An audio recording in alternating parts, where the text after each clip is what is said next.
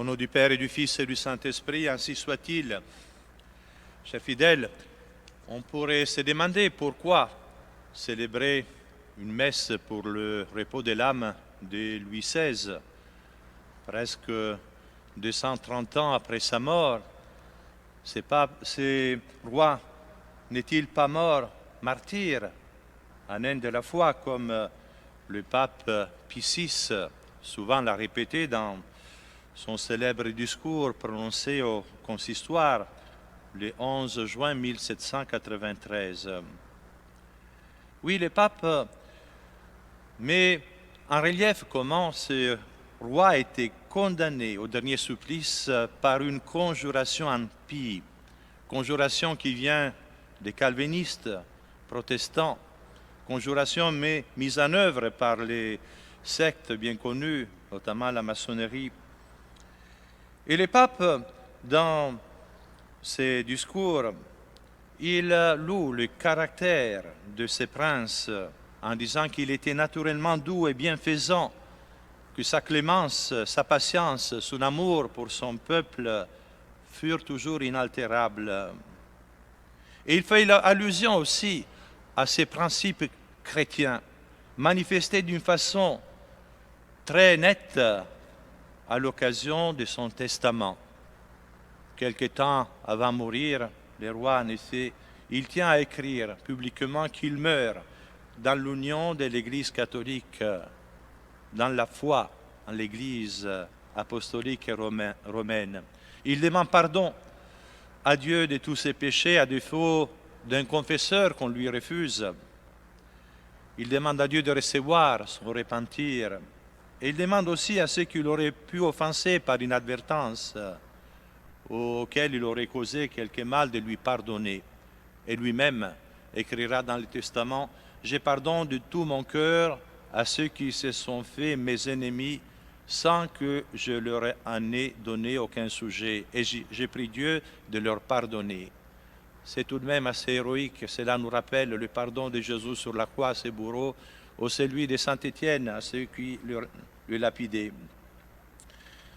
Et le pape met en relief aussi le zèle que ce roi avait pour la religion catholique, sa piété véritable envers Dieu, et aussi son repentir après avoir opposé son nom malgré lui à des décrets si contraires à la discipline et à la foi orthodoxe de l'Église, allusion à la constitution civile du clergé que le roi avait signée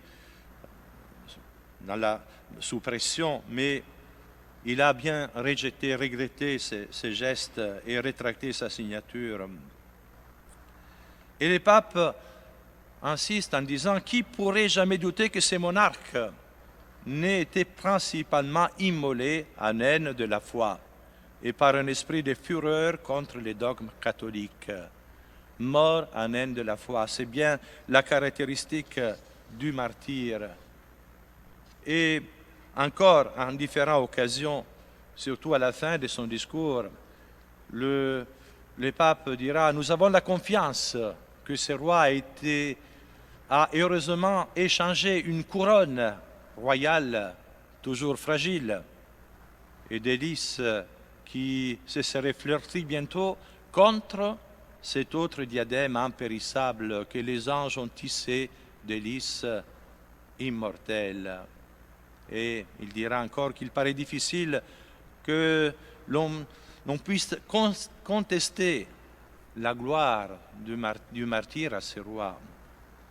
Et il dira, quoique les prières funèbres puissent paraître superflues quand il s'agit d'un chrétien qu'on croit avoir mérité la palme du martyr, il est bon cependant de prier, de célébrer cette messe pour le roi Louis XVI. Pourquoi? Pourquoi donc? Tout d'abord, un esprit de réparation pour ces crimes terribles. Crimes pas uniquement contre la personne humaine du roi Louis XVI, crimes contre la France catholique, crimes contre tout ce que la France a reçu de la foi, le pape dira toujours dans ses célèbres discours, en parlant de la France, tu demandais, même auparavant, un roi catholique. Tu disais que les lois fondamentales du royaume ne permettraient point de reconnaître un roi qui ne fût pas catholique. Et c'est précisément parce qu'il était catholique que tu viens de l'assassiner. Oui, crime terrible qui pèse sur la France, d'où l'importance de réparer par ces messes célébrées régulièrement pour Louis XVI, non pas pour le repos de son âme que nous espérons au ciel depuis longtemps, mais pour demander son intercession. Et le pape le dit aussi dans ses discours, les saints innocents de Louis crient en quelque sorte et intercèdent pour que la France reconnaisse et déteste son obstination à accumuler sur elle tant de crimes. Oui, cette séparation, cette lutte contre la France catholique, on peut dire qu'elle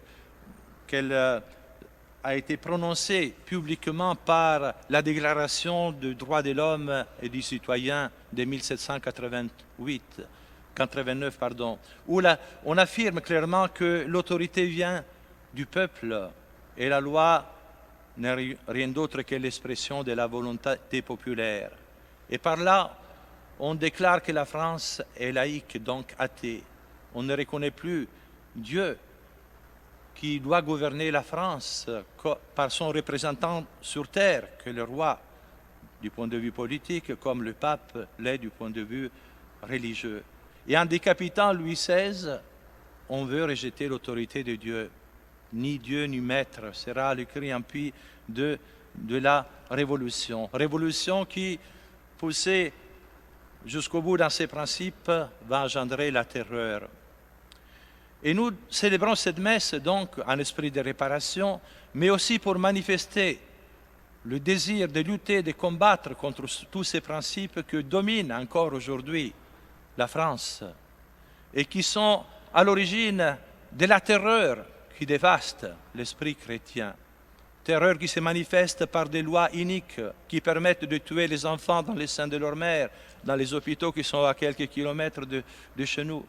Terreur qui se manifeste par la lutte contre la famille, par le divorce, par l'autorisation de la mise au même niveau des unions contre nature, au même niveau que les mariages. Terreur qui se manifeste par cette dictature sanitaire que nous subissons en ces moments. D'où l'importance de prier le roi Louis XVI, de prier tous les saints du ciel, la Sainte Vierge, notre Seigneur, pour nous aider à comprendre que la mort de Louis XVI, ça a été une attaque contre la foi.